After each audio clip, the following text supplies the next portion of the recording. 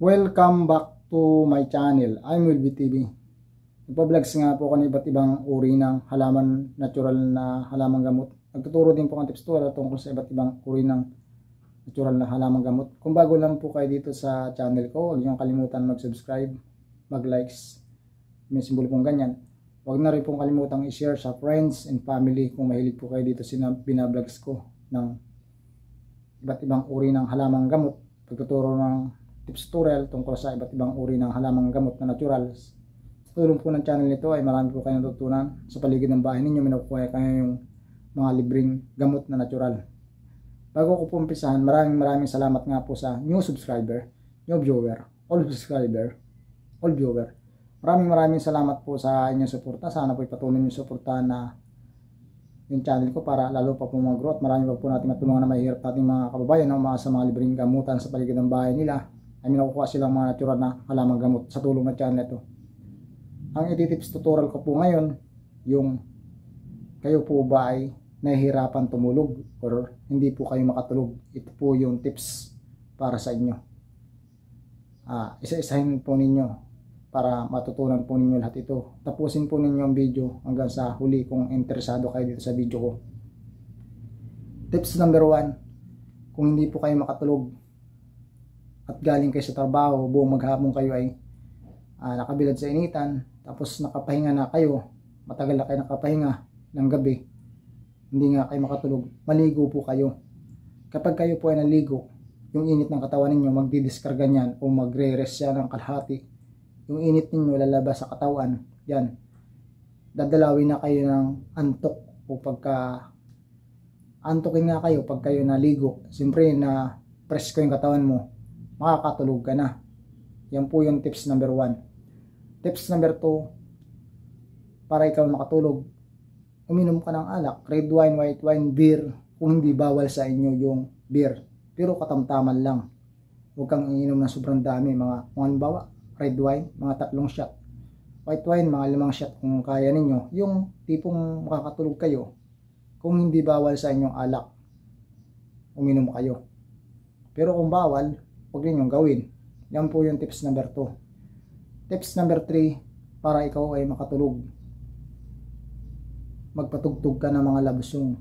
Yung mga love song mo, yung mga may naririnig ka na tubig sa tugtog ng love song mo, parang pampatulog, mga huni ng ibon, huni ng kalikasan.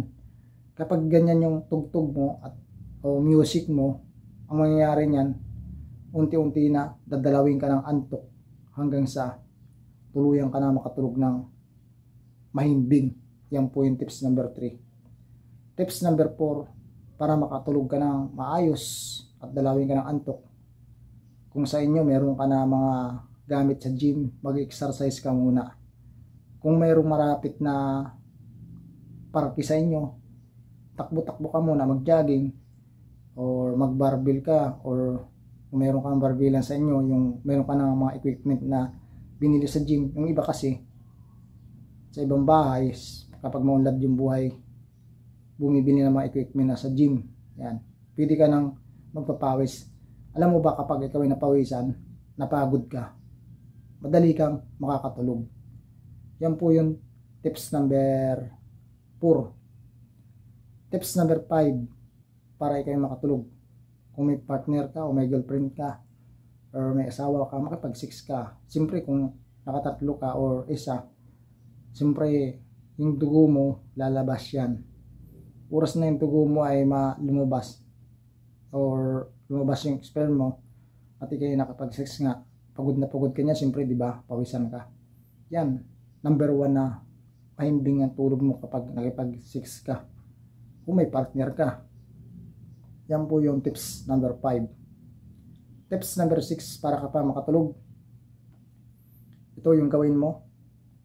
Huwag mong isipin yung utang mo, huwag mong isipin yung kaaway mo, huwag mong isipin yung girlfriend mo kung naghiwalay kayo, huwag mong isipin yung asawa mo kapag naghiwalay kayo. Yan po yung tips number 5. Huwag mong isipin yung problema mo, kung may kaaway ka, kung may girlfriend ka, iniwan ka, kung may utang ka, kung may kinakainisan kang tao, huwag mong isipin. Kapag inisip mo na inisip yun, buong magdamag hindi ka po makakatulog. Ako po nagsasabi sa inyo. Comment po, totoo po ba? Yan po yung tips number 5. Tips number 6 para ikaw ay makatulog pa. Yung manood ka ng mga movie. Yung movie, wag yung action movie, yung mga drama. Yan, madali pong makakatulog ka kapag mga drama yung pinanood mo. Habang nakahiga ka, isip mo lang sa timer yung TV mo, baka yan ay masunog ka naman. Kapag nanonood ka ng movie, nakalimutan mo patayin yung TV mo, isip mo na timer, kahit tulog ka na, automatic na magpapatay yung TV mo. Yan po yung tips number 6. Okay? Sana po ay nakatulong ko sa inyo. Panoorin ninyo po sa una hanggang sa uli para mayroon po ako naitulong sa inyo para makatulog po kayo ng maayos. Sa mga nabanggit ko na yan, alin po ba yung nararanasan ninyo sa kasalukuyang panahon? Comment po sa baba. Sa mga hindi pa po nakaka-subscribe, subscribe po sa bago po sa channel ko. Likes po sa bago sa channel ko. Share din po kung bago lang po ito sa channel ko. Thank you for watching. I'm Will TV. Bye-bye.